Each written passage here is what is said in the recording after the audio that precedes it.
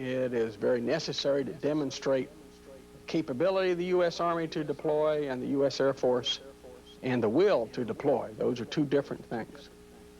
Now, probably one of the things that's going to be most noticeable is not very often do you have one corps fight another corps and they're both players.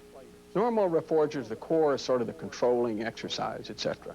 Now, this time the control of the exercise will be at Headquarters USUR with assistance from the Central Army Group to play the role and assist in our training objectives. So you're going to see a lot more complicated exercise with regard to the deep battle, close battle, rear battle, integration with the Air Force, movement of large units. It's going to be really a high-class, exciting event. Welcome back to the front lines of Exercise Certain Challenge. The 100,000 American soldiers taking part didn't just appear in the exercise area, they had a lot of help. 11 soldiers handle coordination with German and military traffic authorities, tracking units as they move across the exercise area. The 229th Transportation Center watches the 7th Corps area from Karlsruhe and Mannheim in the west to Nuremberg in the east. 25 checkpoints are set up along the routes for units to drop off their convoy control cards. These cards have unit data for the military police on the scene to phone in to the movement center. We can keep the Corps commander informed of what's going on out there. He provides us information like a breakdown back at mile marker so-and-so, gives so-and-so, where we can give the information to the convoy support center and they can send a team out there. What's this number, please? These points are timed so that another convoy can come up, and they don't realize when they don't meet their SP time and take off when they're supposed to and maintain their speed, they can be causing another convoy either ahead of them or behind them to run up on them or cause a hellacious traffic stop. The highest number of vehicles the center has tracked in one day is 5,000. Soldiers will work through the redeployment phase, keeping their eyes open for accidents, construction, and excessive congestion. One of the key reporting areas is the Convoy Support Center. Sergeant Tom Williams says it's more than a rest and refueling stop. Steve, quite a few of those vehicles that moved into the maneuver box used Autobahn 6 in the direction of Nuremberg. There they found the 71st Maintenance Battalion's Convoy Support Center near Lichtenau. The rest stop can be compared to an auto racing pit stop. As a convoy entered the center, fuel specialists and mechanics converged on the vehicles to check fluids and add fuel. The center also had facilities to repair minor breakdowns. For the driver whose vehicle became dead on the road, there was also help for him. The highway assistance teams are comprised of two vehicles, a Humvee with a radio and a wrecker, either an 816 wrecker or a Hemmert wrecker, and they're patrolling the Autobahns all the time. There are convoys on the Autobahns. When they find a downed vehicle, they'll stop, find out what the problem is, radio back, let us know, and either assist them in getting their vehicle moving or recover it to this location so we can make a further diagnosis of the problem. The center also offered creature comforts like a cup of coffee or a bowl of soup. Was the customer satisfied? 5-gallon cans was ready. They checked the oil, and all we had to do was just PMCS and use the latrine, get coffee or Kool-Aid, whatever we want.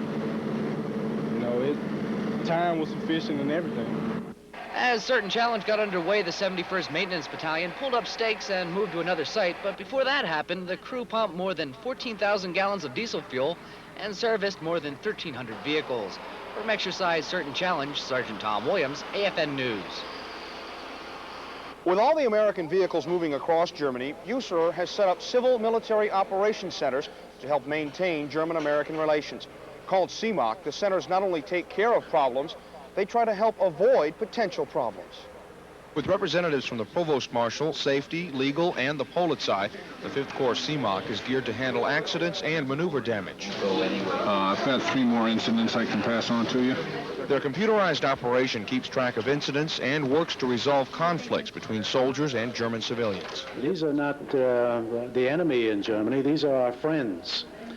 And if we don't respect their property and their rights and maneuver at the least cost to their environment, they aren't going to be supportive of our efforts very much longer, and we certainly couldn't be ready to do the job that we're here to do without the support of the German population.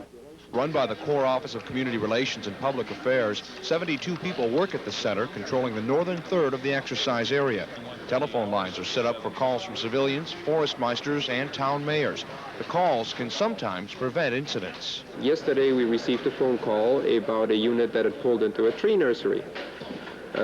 We dispatched a team, a 5th Corps CMOC team, to the location, explained to the unit that they could not stay in this tree nursery.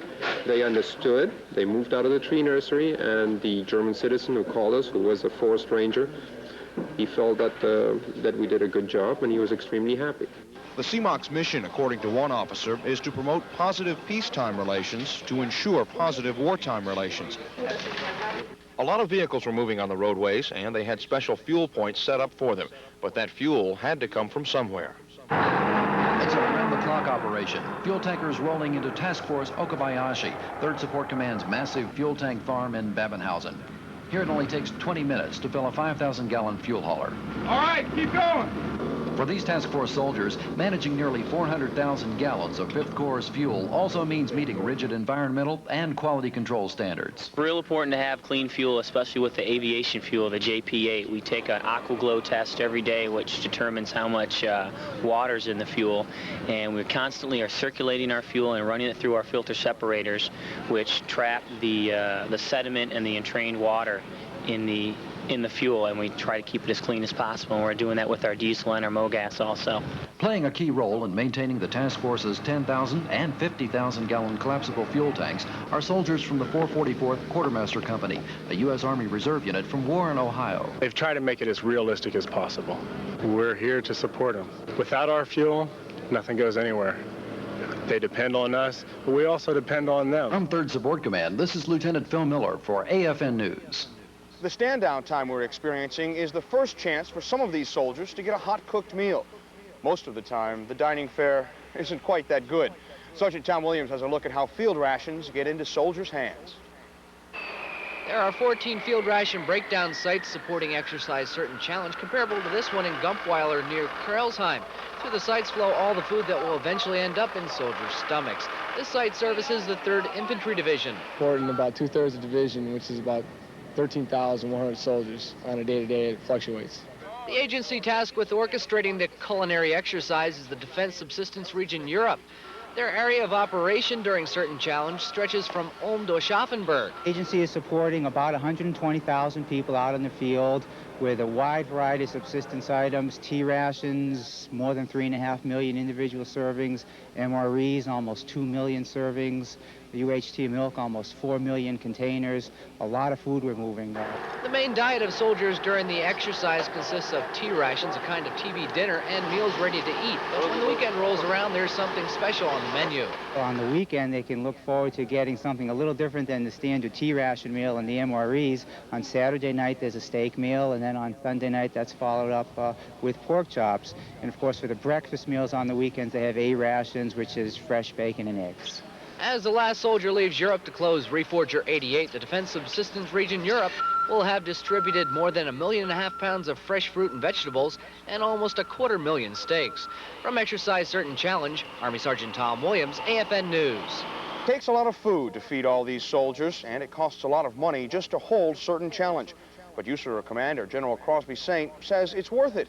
General Saint says one of his objectives for the exercise is simply to prove that it can be done, and the other affects every soldier here.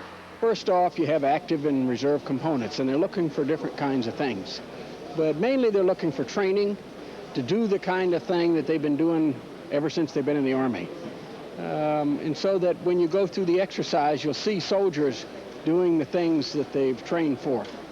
And that's the end, that part of it. When you go out into the field, it's called training. So my two objectives are demonstrate to the world, and then secondly, get the soldiers some good training. When UCOM Report continues, we'll see the soldiers who control Exercise Certain Challenge. During a field training exercise, some maneuver damage is unavoidable. Some isn't. All of it costs the U.S. government money, your tax dollars. You may think that one road marker, or a damaged curb, or a damaged field isn't worth much. Think again. What if you were charged for avoidable maneuver damage that you caused? Be responsible. Maneuver smart.